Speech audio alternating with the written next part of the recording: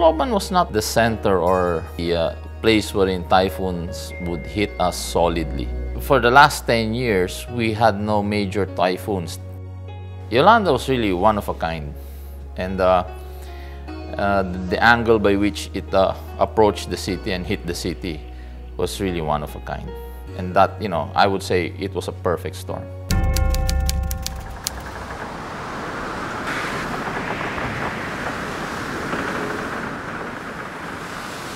We left that evening. It was already raining hard, and I just wanted to do a final check. So Barangay 88 is my barangay, and that is where the peninsula is. We were in the PA announcing, to everyone that the storm will be arriving the following morning for them to clear out. So that was part of our routine, for the evacuation. I remember my wife called me up and asked me if she could sleep in one of our old house, which is near the airport. And I told her, go ahead, but make sure about 6:30 in the morning, 7 o'clock, you transfer to the city, to the downtown area, because the storm is supposed to hit us at about 11 or 12 noon. So you'd still have enough time, because there really isn't any beds or, in downtown area in our office. So it's an office. So that's what happened. As we were moving out and doing our inspections, I think it's close to about 7 o'clock in the morning when I got a call from our team, which is about almost 3 kilometers away from the mainland. Right in front, you will see an island. It's called Dio Island. And I stationed 5 people there. And the head there is a dive master, Jerry. In fact, Jerry gave me a call and sort of panicking, gave me a call, and I said, what's the problem? And he said, the water has receded in the bay. And it has receded that we could practically walk from the island to the mainland. So, and I said, how can that happen? And then I asked him, so what are you doing? Then he told me that we're already climbing the trees. I've instructed the men, let's climb the trees. So obviously this is very confusing, because when we have a storm surge, usually the water rises before the typhoon even hits us. It rises for about 1 meter or 2 meters. I was surprised to hear that. It was confusing at the time. I said, maybe it's only receding in the island, but not in the mainland. So I proceeded now to the convention center, which is called Patio Victoria. And I saw for myself that the tide indeed was receding, but a very slow pace. It was receding at a very slow pace. In fact, I remember correctly when I got there, if I remember correctly, I got a call from a radio station. And they were asking me the situation, and I said, well, I'm here by the sea, and it looks like it's low tide, but it's very, very low tide. And if this continues to be like this, maybe, we're okay. But, as when I hang up, I could see it now in the clouds, the cloud formation, the direction of the wind, just getting stronger and stronger, and I said, this is not a joke. This is a very powerful storm. We could see it. And because the trees were spinning, they were not like in one direction. The wind was coming from all directions. Then as the tide continually receded, I remember I called my wife and I called City Hall. And I told, I remember one person there that the tide is receding. And I told my wife, don't get on the car, don't take the car and go to City Hall downtown anymore. Just brace yourself and keep praying. I have some men there. Just hang on to whatever you can hang on, because the typhoon's here. And I was happy later on that, they got out of the car in time, when the storm surge came. So what happened there, as the tide receded, then you could see the sand. But the wind was so strong that the sand dried up immediately. And it looked like a sandstorm. That's why visibility was almost zero. As we were walking, water was getting in the room. And I remember it was almost knee-deep already as we were walking and getting to the end. There were about 14 of us. And it may be funny because I even asked him, can you taste the water? Because it was also raining very hard. And the winds were blowing very, very hard. Very, very strong. And he tasted the water and immediately he shouted, "Maalat." So I said, "That's salt water." Then we could hear banging. And immediately there were two doors that just, opened and water started rushing in like, it was a waterfall. And that first bang, we concluded, was the wall. It already collapsed because the sea is here. And I ran toward the edge of the room and I climbed halfway to the ceiling, but we couldn't break the ceiling. I had to shout to Ariel and I said, "You better break the ceiling, we're gonna die here. This is our only way out." And he had a small knife, a pocket knife, and he started punching holes in the ceiling. When there were enough holes, then he punched it really hard and put a hole and started now removing the plywood and all the wood, so we could climb up. I remember 6 of my men were able to climb. I was the last one actually to be able to get up there, but the other 7 went out the back way, and we thought we lost them. And later on, thank God, they were okay. So as we were climbing, just as I climbed up, then that remaining wall collapsed and the water rushed and it was as high as the ceiling. And I remember I pulled out my foot and the water came underneath and then hit the next wall, and all the walls it hit, it just knocked everything down. It was really a different storm surge. You talk of a storm surge, it's basically the tide rising. But this one, the velocity, the traveling of that water was so powerful that it knocked everything on its path and just destroyed it. So when we were up there, the winds were blowing so strong and the roof was shaking. And then I kind of looked far toward the ocean and I could see the waves were practically breaking on the roof of where we are. That's how high the water was. Then on the other side, I could see the peninsula. It was all covered with water. That's when I broke down and cried because I knew my wife and my daughters, were in that area. And, I was just thinking to myself and I said, at that point in time, I should have evacuated the entire city. I mean, this is a very dangerous place. I mean, from what I saw. And then the water, it was not rising water. People could swim. This one was different. It was like, it's like you had a waterfall and, it was just moving so fast. If you fell down there in that water, you'd travel to the other side in no time. So we practically had the ocean in the city and the waves were just pounding us for about 2 hours. I remember up on the roof, we were just holding on to the metal framing. And I was just, praying the whole time. And until I heard the first scream by also my guy, Ariel. And he shouted, "Bumaba ng tubig." When I looked down, I said, "Great, the water has subsided. It's gone back to the ocean." The problem was we were like 30 feet up there. So how are we going to go down? It was difficult for me because I was tired hanging on to that metal framing for 2 hours.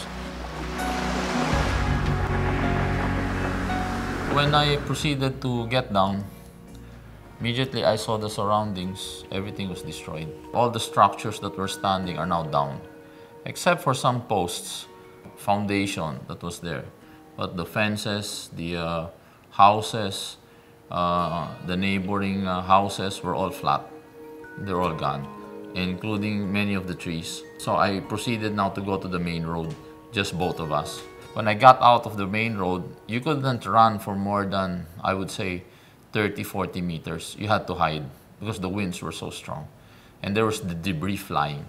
So I could barely recognize the highway, but we were running, toward, I wanted to check my family, how they were. After about 700 meters, I saw my wife. She was standing in the corner. And when I saw her, she was looking out, and I knew that, my kids were okay. When I saw her, she was calm, and I got her, I embraced her and my kids, I said, and we cried, and, and my wife kept telling me that Sophia, my eldest daughter, kept crying that she didn't want to die. And my wife kept praying and kept assuring them, that Daddy's gonna get us, Daddy's gonna get us.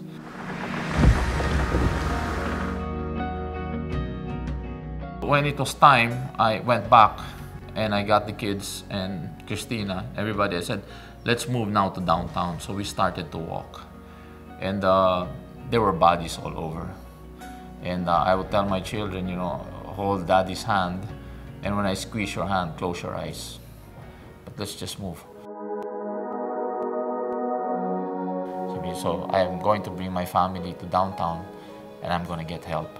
But we're going to organize ourselves in the Astrodome because I could see that the Astrodome was still standing. And fortunately, nobody died. It was, it held, the structure held.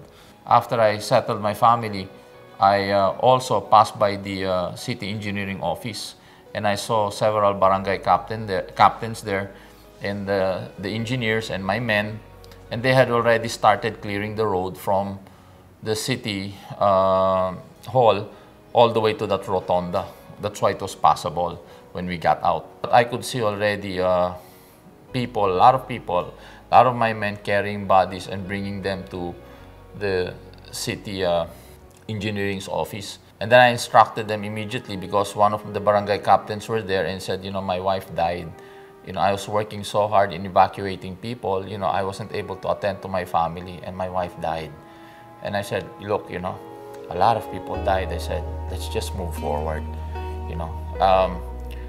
We need to attend to the children, to the people, because, this is a big devastation that happened to us. Okay, let's move. I said, I don't know who's alive, my people in the office, I don't know. But whoever's there, let's just start helping them. But we have to regroup. If the bodies pile up here, move them to what we call Balyuan.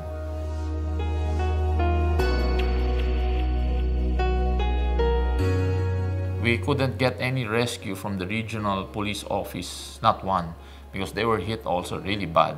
I mean, we saw refrigerators on top of trees. I saw a dump truck on top of a tree, and it's really that bad. And water's just so high that we had 6 ships that were blown inward.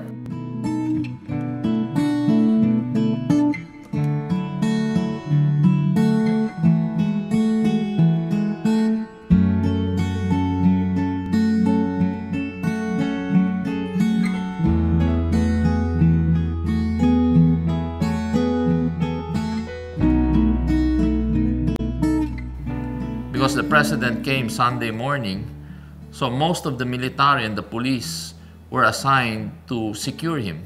And this is what I saw. That's why the military and police that were guarding like the malls and other had to leave their post because the president arrived and went to the downtown area.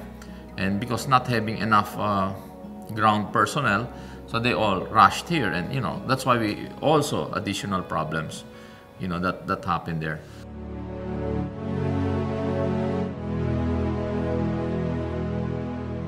Sunday morning he came in, so I went to the airport. As I got to the airport, I saw the presidential plane land and the president arrived. So immediately when I saw them, I told my family, wait in the car. And I saw my cousin, the congressman, was there. He arrived, he chartered a plane, and I saw him. So I walked toward the party of the president, and I, as any mayor would do, approached him and greeted him. But he was very, I don't know, he just didn't mind me, so he just kept moving. I tried to, to get his attention, but he just ignored me and continued walking. So I followed him. And he continued walking toward the Air Force Base in Tacloban, which is about 200-300 meters away. So I followed him. And I was behind and with the congressman. Then I saw Secretary Rojas and Secretary Gasmin briefing the president. Then I just wanted to make sure, because I wanted to report directly to the president. I'm the chief executive of Tacloban, and I think he ought to know exactly what's happening too. So I walked about 20 feet toward him to get within hearing distance. When I got there, I said, Mr. President, we have a lot of people dead in the city of Tacloban. In fact, in my barangay alone, barangay 88, there's already close to 1,000 dead here in our estimation. That made him upset, and he told me, why am I making statements like that, and I should caution myself in making such statements. Then, my statement was not to bloat figures, but just to give him the situation, so he would also understand what kind of help is needed and how strong that storm actually devastated us. So when it upset him, the congressman said, let's just wait for a better time. So what happened was, I went back to the tent, and when I went back to the tent with the congressman, I sat there. Then the president walked by us, went directly to the helicopter, and flew to the downtown area, to the headquarters. We were going to follow, but then Secretary Almendras called us and sat us down at the table. And Secretary Almendras started telling me that not to feel so bad, because before they landed, they actually circled Tacloban, and the devastation isn't that bad.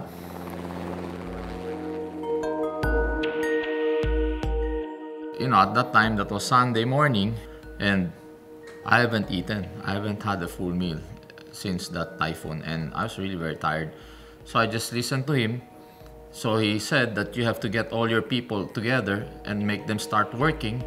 And I don't know why he said this. In fact, he said this, that there was an incident in Mindanao wherein one of the mayors didn't do what they were supposed to do, that they had to take him out. So then, what's all this lecture? I said, so where's this coming from? Then I remember walking away. After that, I said, I have to go to downtown because the president is there and I have to be in that meeting. So I excused myself, and nagpakuha pa siya ng sandwich from the plane. Sabi ko sa kanya, maraming pong salamat. So right away I proceeded, but obviously because it's one lane, it's traffic. So I got to the command conference that morning. I was already late. When I was walking toward the meeting area, the president was walking toward me, and he passed right in front of me and got in his car. So I just stood there waiting for any instruction, and I tried to see if there was any instruction, but he just got in his car and he left. Then I was told by the people already there what had happened during the meeting, that he was upset, that it didn't turn out well, that he practically walked out. I said, so what's going on? I was interested in what's the plan now. I mean, what are we going to do now? Because we need help.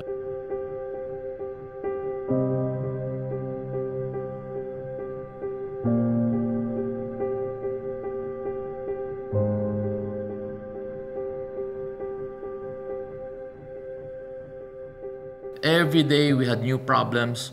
You have competing priorities. More dead bodies were being recovered. More dead bodies, needed to be retrieved. And it was difficult because I remember we only had one truck. And we could not just keep up the pace. And it was a big argument because I kept asking for more people. I needed more people. I needed more warm bodies to help us. I needed people coming from different regions possible just to come.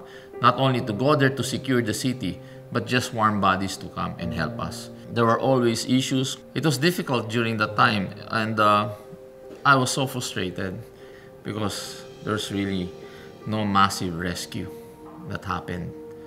I salute the people that were there, the ground commanders, but they could only do and they could only function, given what they have. That's it. Pero anong magagawa naman nila kung wala rin rescue, kung wala rin naman supply na dumadating o suporta? Kaya hirap na hirap din sila. Like even the firemen were tremendous. We lost 5 firemen and I salute them. If there's anybody really that, talagang tumutok, halos talaga tumutok at hindi kami iniwanan, saludo ko sa Bureau of Fire Protection, talagang, dedicated men, that really helped us through that. But it's very difficult because it becomes political when we raise issues. But it's not raising issues to put anybody down. It's raising issues to correct the past, to correct and, to make it better. And during those times was really times that, sinasabi ko lang sa mga tao nun the mere fact, nakahinga pa kayo. Hindi pa tapos ang purpose nyo dito sa mundo. May utos pa sa iyo ng Diyos. Kaya magtrabaho tayo. Pasalamat tayo na buhay tayo.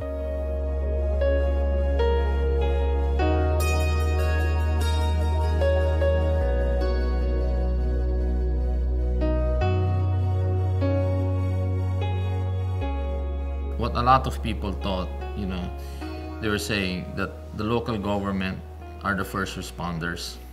That's true. But the difference is, that law was created because it is presumed that the national government isn't there yet.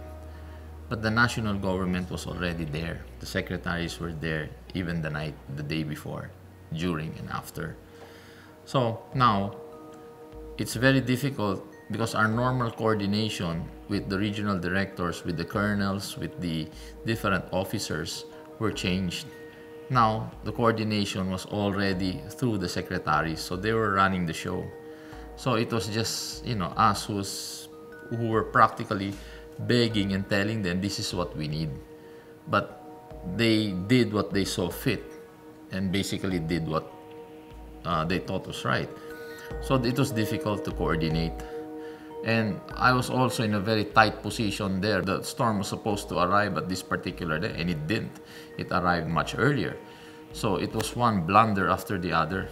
And it was really difficult because my point was, kahit sabihin natin, gobyerno yan, local government, national government, iisa pa rin yan, gobyerno pa rin yan. At ayoko mawala na tiwala yung mga tao sa amin. Kaya ako talaga, ang focus ko yung mga tao. Yung populasyon namin, pumapalo ng 750,000, 800,000. Kaya pag humingi kami ng additional relief goods, akala nila bibulsahin namin yun. Hindi. Gusto namin explain sa kanila kasi maraming tao nandito. Hindi lang populasyon natin na normal na populasyon.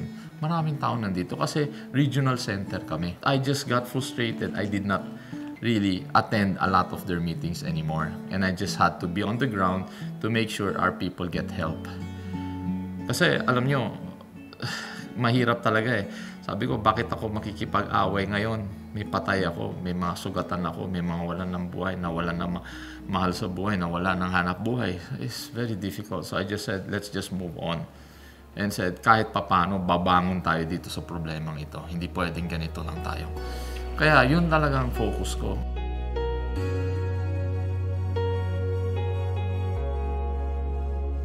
One day, I got a message that the secretary was asking for a meeting at 6 o'clock in the evening. So I said, I wonder what this is because our normal meetings were already in the morning and not the evening.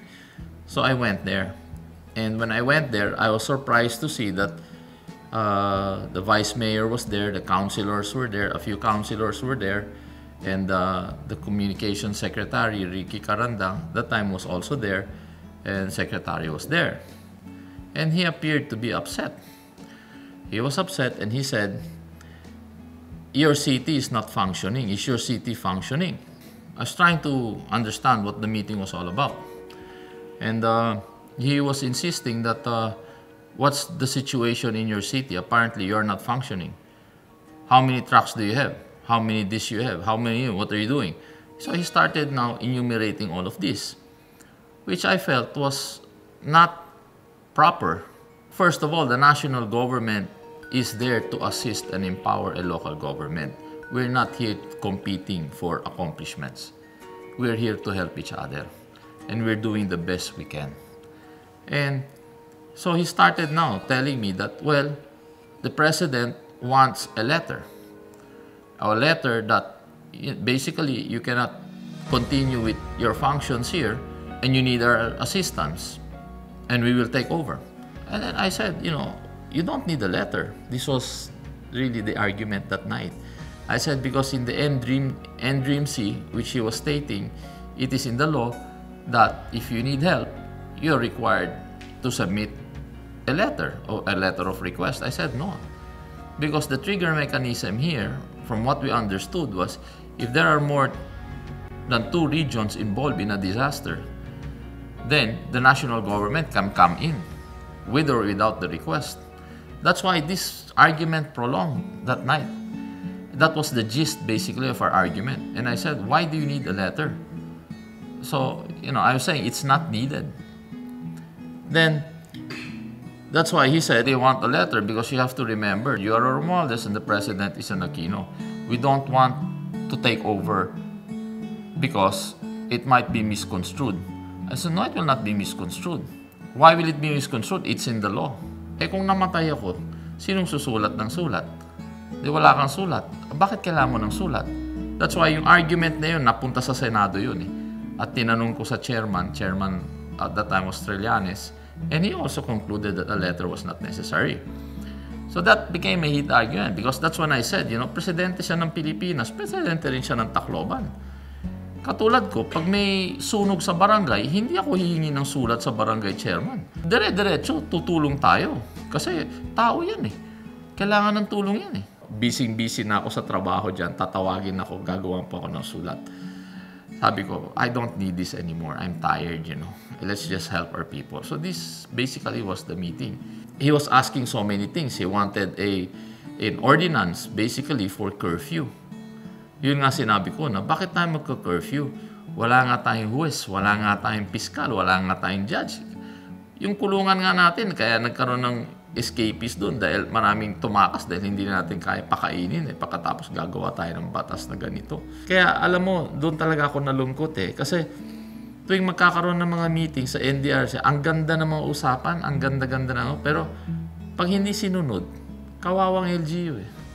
Kawawa talagang LGU pag hindi nasunod lahat yan. We're always at the mercy. Do Filipinos have to beg, you know, for help from their own government? Imbes na tulungan na lang, upuan na lang at kausapin, pagkatapos i-trash out na ano yung mga problema na yun. Hindi, ang gagawin nila, papagalitan nila, pagkatapos iiwan sa amin para ayusin yung problema. Yun ang hinanakit ko talaga sa kanila. Yung meeting na yun, talagang masama ang loob ko nun eh. Dahil nakita ko, inuna talagang pamumulitika. Siyempre, bakit ako makikipag-away? Tingnan mo naman yung mga tao ko. I lost 16 employees. I almost lost my family. We lost 3,000 Taclobanons, 500 children. And then here I am in the middle of a fight. Kaya masakit sa akin yun.